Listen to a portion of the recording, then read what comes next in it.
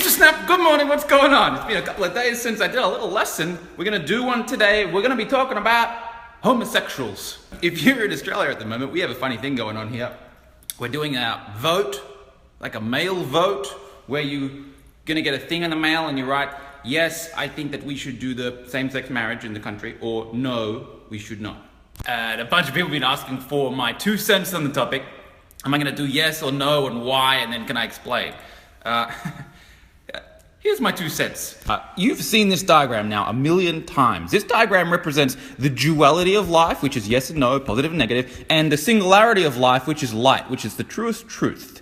So if you violently no, if you think homosexuals should not marry, you would be wise to understand that to the degree you push on this poll, on the definitely no, and you start the religious rallies and you start sending all your family the text messages, just understand that you're breeding this. The more you push there, the more you'll manifest this. Because at every single scale of the entire physical universe, we have conservation laws, down to the quantum particles, up to the stars and the galaxies, and everything in between, human psychology and sociology. Positive and negative are conserved. So if you push on this, you're breeding this. Likewise, if you're really strongly yes, and you're a homosexual, and you go down to your local church around these people here, and you start tonguing your boyfriend and grabbing his junk, guess what's going to happen? You're going to breed more of this. They breed each other. Because the more you turn that up, the more this will turn up. The more you turn this up, the more that will turn up. And it's a war between the masses. In physics, we have a positron and electron, and they're entangled, but they're apart. And when they're apart, it's called matter, because they have mass.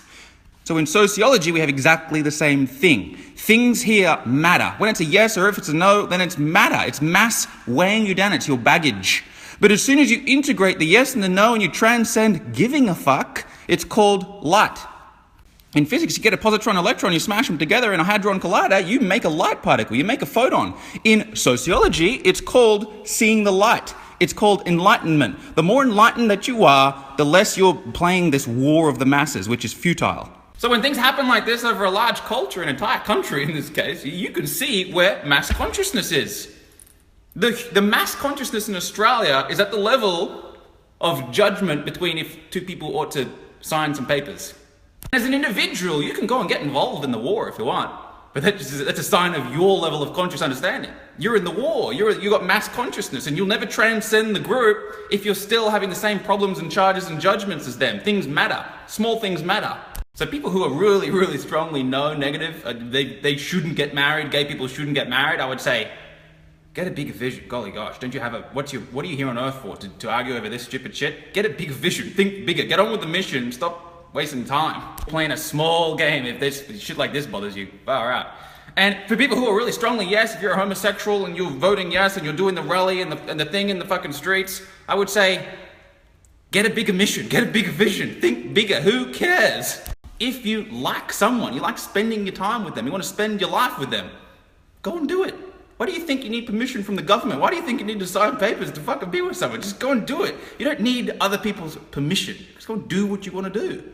I would say if you're a homosexual and you're really strongly yes and doing the rallying, I would say look deep within your life. Is there some other people in your life that you want permission from? Is it a dad? Is it your parents? Is there someone that you didn't get permission from and you feel like you need it and you're projecting that onto the government now?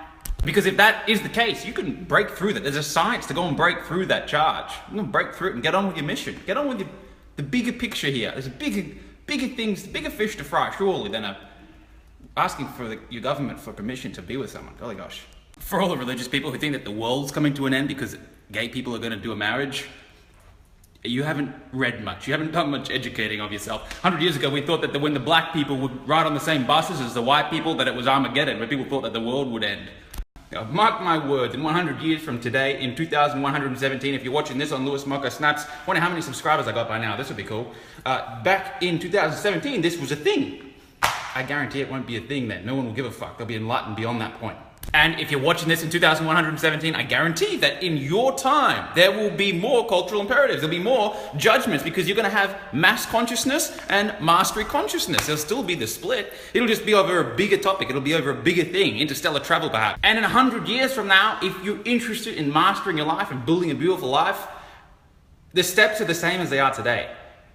And the steps are the same as they were 100 years ago. That is, educate yourself, read, learn, grow. as an individual, you want to master your life, you don't waste energy on futility. You take no credit, take no blame, just keep focused on chief aim. You go for the mission. Mission. You have your mission, you have your vision, you go after it. Don't stuff around with futility. Speaking of weddings, we're doing a little wedding today. What do you think of my girlfriend? Do you think she's looking good? Golly gosh, babe.